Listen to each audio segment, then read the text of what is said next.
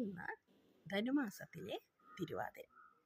തിരുവാതിരയുടെ മാഹാത്മ്യം എന്താണെന്ന് പറഞ്ഞാൽ ശ്രീ മഹാദേവൻ്റെ തിരുനാളായിട്ടാണ് തിരുവാതിര വരുന്നത്. അതേപോലെ തന്നെ പാർവതീദേവിയുമായി ബന്ധപ്പെട്ട് പാർവതീദേവി ഭഗവാന് വേണ്ടിയിട്ട് ആഗ്രഹിച്ചിട്ട് ഒരുപാട് നാളുകൾ കഠിനമായ വ്രതം എടുക്കുകയും ആ വ്രതം ഒരു സ്വപ്ന സാക്ഷാത്കാരമായിട്ട് മാറുന്നതും ഈ ഒരു ദിവസമാണെന്നാണ് പറയപ്പെടുന്നത്.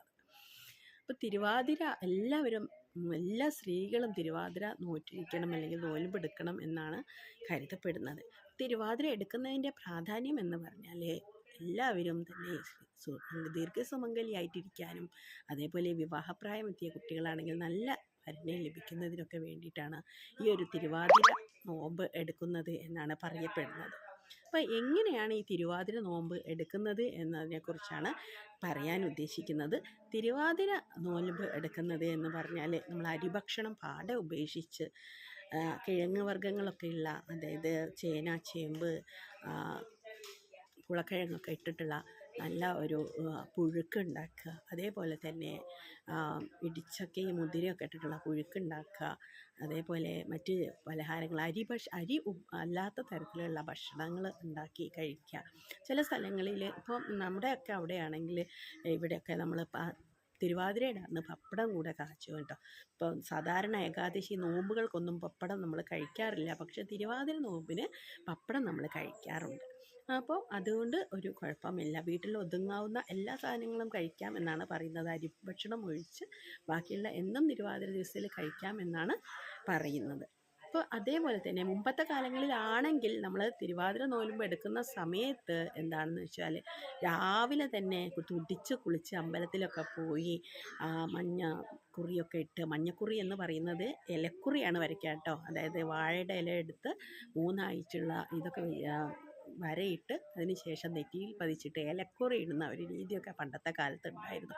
അതേപോലെ ഞാനൊക്കെ കുട്ടിയായിരിക്കുന്ന സമയത്ത്, ചെറുപ്പമായിട്ടുള്ള ഒരു സമയത്ത്, ഒരു തിരുവാതിര മഹോത്സവം എന്ന് പറയുന്നത് ഉറക്കം വിളിച്ച് അല്ലെങ്കിൽ തിരുവാതിരക്കളിയും അതേപോലെ തന്നെ തുമ്പി തുള്ളലും ഒക്കെയുള്ള ഒരു കാലഘട്ടം ഉണ്ടായിട്ടുണ്ടായിരുന്നു.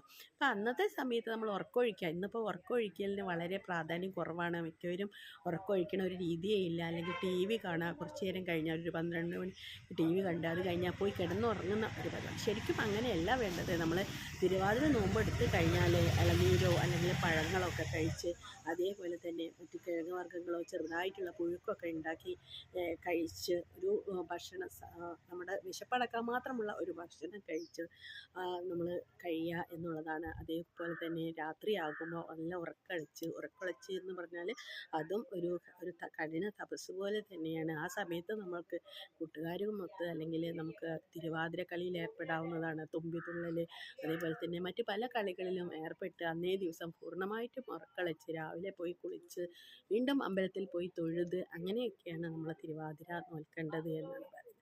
ഇപ്പോൾ ഇന്ന് നമ്മളുടെ കുട്ടികൾക്ക് അല്ലെങ്കിൽ മറ്റു പലരും തന്നെ ഇത്രയും ഒരു കൂടുതലായിട്ടുള്ള കഠിനമായിട്ടുള്ള ഒരു വ്രതം എടുക്കുന്നില്ല എങ്കിൽ കൂടി ഇങ്ങനെയാണ് വ്രതം എടുക്കുക എന്നുള്ളത് ഒന്ന് അറിയിക്കുക. അതേപോലെ തന്നെ ഇത്തരത്തിൽ എത്ര ആളുകൾ നോയമ്പ് എടുക്കുന്നുണ്ട് എന്നറിയില്ല, എന്നാലും തിരുവാതിര എടുക്കുന്ന ആളുകളെല്ലാവരും നാളെ, ചില ആളുകളൊക്കെ നാളെയാണ് തിരുവാതിര എടുക്കുന്നത്. അപ്പോൾ ആ തിരുവാതിര എടുക്കുന്ന ആളുകൾക്ക് അന്ന് രാവിലെ ഒരു സൂര്യോദയത്തിന് മുമ്പ് കുളിച്ച് അമ്പലത്തിൽ പോയി നമ്മൾ രാവിലെ ഇതേപോലെ തന്നെ ഭക്ഷണങ്ങളൊക്കെ ഉണ്ടാക്കി കഴിച്ച് ഉറക്കം വിളിച്ചിട്ടുള്ള ഒരു നല്ല ഒരു തിരുവാതിര എല്ലാവരും എടുക്കണം. അത് എല്ലാവരും എടുക്കും എന്ന് വിചാരിക്കുന്നു. അപ്പോൾ എല്ലാവർക്കും നമസ്കാരം. അടുത്ത ഒരു വീഡിയോവുമായിട്ട് വീണ്ടും